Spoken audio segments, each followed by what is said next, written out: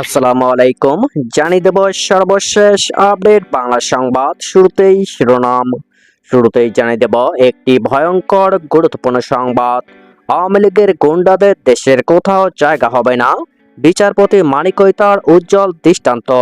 পালাতে গিয়ে সীমান্তে ধরা পড়ে জানালো, আমি ভারতে এসেছি কি বাংলাদেশে ফেরত যাওয়ার জন্য। থাকছে বিস্তারিত প্রতিবেদনে। এরপর জানিয়ে দেব বাংলাদেশের সাথে শত্রুতামির প্রমাণ দিল ভারত। মধ্যরাতে সুইচ গেট খুলে দিয়ে ভারত প্রমাণ করলো তারা কখনোই আমাদের বন্ধু ছিল না। ভারতের বিরুদ্ধে এবার মুখ খুলল ইসলামী আন্দোলন। থাকছে বিস্তারিত প্রতিবেদনে। পর জানিয়ে দেব এবার আরো এক ভয়ঙ্কর চাঞ্চল্যকর তথ্য দিলেন জুনাইদ আহমেদ পলক। পলককে মারতে আসেন কাদের বের করে দেওয়া হয় গণভবন থেকেও। থাকছে বিস্তারিত প্রতিবেদনে। এবং সবশেষে জানিয়ে দেব তৃতীয় দিনে গণত্রাণ সংগ্রহে এলো বিশাল অঙ্কের টাকা। ঐক্যবদ্ধ বাংলাদেশ কখনোই হারবে না। থাকছে বিস্তারিত প্রতিবেদনে। শিরোনাম শুনছিলেন, এবার বিস্তারিত। বাংলাদেশের সুপ্রিম কোর্টের আপিল বিভাগের একজন বহুল আলোচিত ও বিতর্কিত সাবেক বিচারপতি এইচ এম শামসুদ্দিন চৌধুরী মানিক ভারতে পালিয়ে যাবার সময় শুক্রবার রাতে বর্ডার গার্ড বাংলাদেশ বা বিজিবির হাতে আটক হয়েছেন। সিলেটের কানাইঘাট উপজেলার দনা সীমান্ত এলাকা থেকে তাকে আটক করার বিষয়টি বিবিসি বাংলাকে নিশ্চিত করেছে বিজিবি। আটক করার পর তাকে বিজিবি ক্যাম্পে হেফাজতে রেখে কিছুক্ষণ জিজ্ঞাসাবাদও করা হয়। পরবর্তীতে তাকে রাত 12টা নাগাদ ক্যাম্প থেকে থানার উদ্দেশ্যে নিয়ে যাওয়া হয়।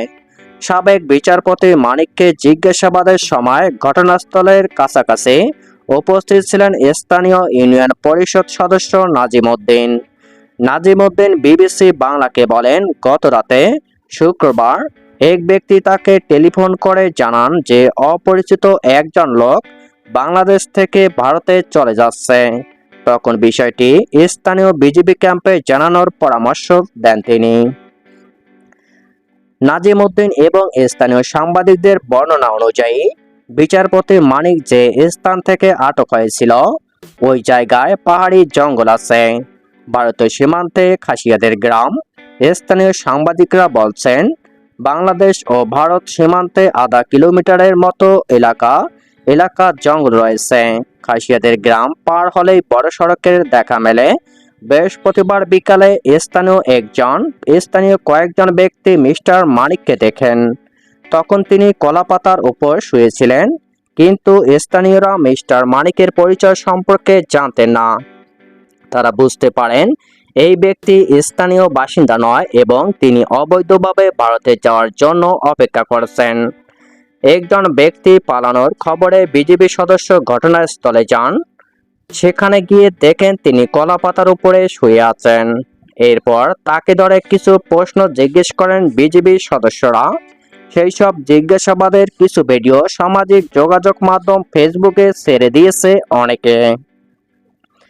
বিবিসি এই ভিডিওগুলোর সত্যতা যাচাই করে দেখেছে যে সেগুলো শুক্রবার রাতেরই। ভিডিওতে দেখা যায় একজন বিজিবি সদস্য তাকে জিজ্ঞেস করেন, আপনার বাড়ি কোথায়? উত্তরে তিনি বলেন যে মুন্সিগঞ্জ। এরপর নাম জানতে চাওয়া হলে তিনি বলেন, আমার নাম বিচারপতি শামসুদ্দিন চৌধুরী মানিক।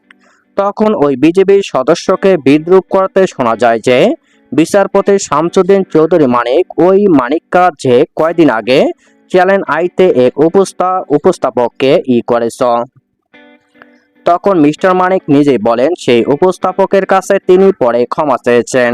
এরপর এক পর্যায়ে তিনি তার বাবার নাম বলেন, মরহুম আব্দুল হাকিম চৌধুরী। তার কাছে তখন জানতে চাওয়া হয় যে তিনি কেন ভারতে পালাচ্ছেন। তার উত্তরে তিনি বলেন, ভয়ে পালাইতেছি, প্রশাসনের ভয়ে। ভিডিওতে তাকে বলতে শোনা যায় যে তিনি 15,000 টাকা চুক্তিতে ভারতে পালিয়ে যাচ্ছিলেন। পালানোর সময় তার সাথে ব্রিটিশ পাসপোর্ট, বাংলাদেশি পাসপোর্ট, টাকা, কিছু ডেবিট ও ক্রেডিট কার্ড ছিল। কিন্তু যাদের সহায়তায় তিনি পালাচ্ছিলেন তারা তার কাছে থাকা 60 থেকে 70 লাখ টাকা নিয়ে নিয়েছে এবং তাকে তারা সীমান্তের ওপারে নিয়ে মেরেছে বলেও জানান তিনি। সাবেক বিচারপতি মানিককে যখন আটক করা হয় তখন তিনি বাংলাদেশে ফিরতে অস্বীকৃতি জানিয়েছিলেন। তাকে বলতেও শোনা গেছে যে তিনি বাংলাদেশে আসবেন না। মিস্টার মানিক মনে করেছিলেন যে তিনি ভারতের ভিতরে প্রবেশ করেছেন, কিন্তু তিনি প্রকৃতপক্ষে বাংলাদেশের সীমান্তে শুয়ে আছেন। এই ব্যাপারটি বিবিসি বাংলাকে ব্যাখ্যা করেন প্রত্যক্ষদর্শী স্থানীয় ইউনিয়ন পরিষদ সদস্য নাজিম উদ্দিন।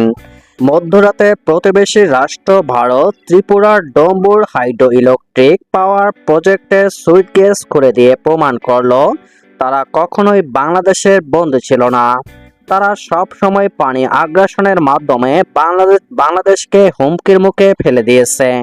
গতকাল শুক্রবার বিকালে রাজধানী ভাড়াটায় নগর উত্তর কার্যালয়ে একথা বলেন ইসলামী আন্দোলন বাংলাদেশের সহকারী মহাসচিব ও ঢাকা মহানগর উত্তর সভাপতি প্রিন্সিপাল হাফেজ মাওলানা শেখ ফজলে বাড়ি মাসউদ। তিনি বলেন, কয়েকদিন আগে আমরা সিলেটের বাস্তব নমুনা দেখেছি। সেই রেশ কাটতে না কাটতেই 20 আগস্ট রাতের অন্ধকারে ডাকাতের মতো আবারও পানি ছেড়ে দিয়ে কৃত্রিম বন্যা সৃষ্টি করে জানমালের যে ক্ষতি করেছে ভারত, তার হিসাব অবশ্যই ভারত সরকারকে দিতে হবে।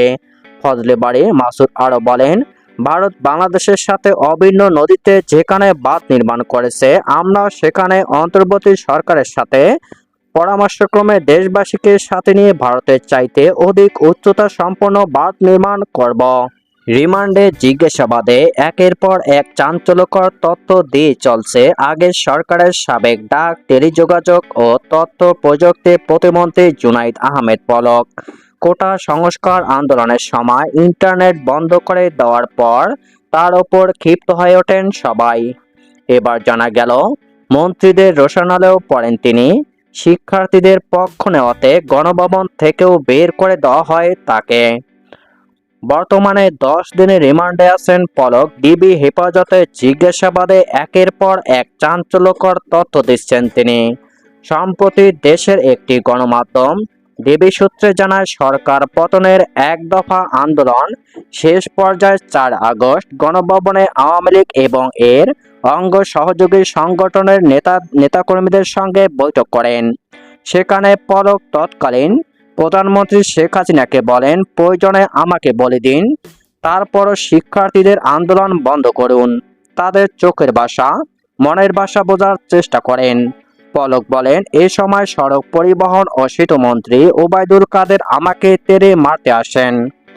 তখন আমি সাহসী হয়ে গেলাম, প্রধানমন্ত্রীকে বললাম, আপনি স্টেপ ডাউন করুন। আওয়ামী লীগকে মানুষ ঘৃণা করছে, থুতু দিচ্ছে। এরপর আমাকে গণভবন থেকে বের করে দেওয়া হয়। ঢাকা বিশ্ববিদ্যালয়ে চলছে বৈষম্য বিরোধী ছাত্র আন্দোলনের গণত্রাণ কর্মসূচি। শুক্রবার 23 আগস্ট দ্বিতীয় দিনে অনলাইন ও অফলাইনে 1,26,22,172 টাকা জমা পড়েছে তাদের ফান্ডে। বৃহস্পতিবার 24 আগস্ট এই পরিমাণ ছিল 29,76,000 টাকা। এছাড়া এই টাকা ছাড়াও শুক্রবার বিপুল পরিমাণ ত্রাণ সামগ্রী সহায়তা পাওয়া যায়। আজ শনিবার সকাল 8টা থেকে রাত 10টা পর্যন্ত গণত্রাণ কর্মসূচি চলমান থাকবে।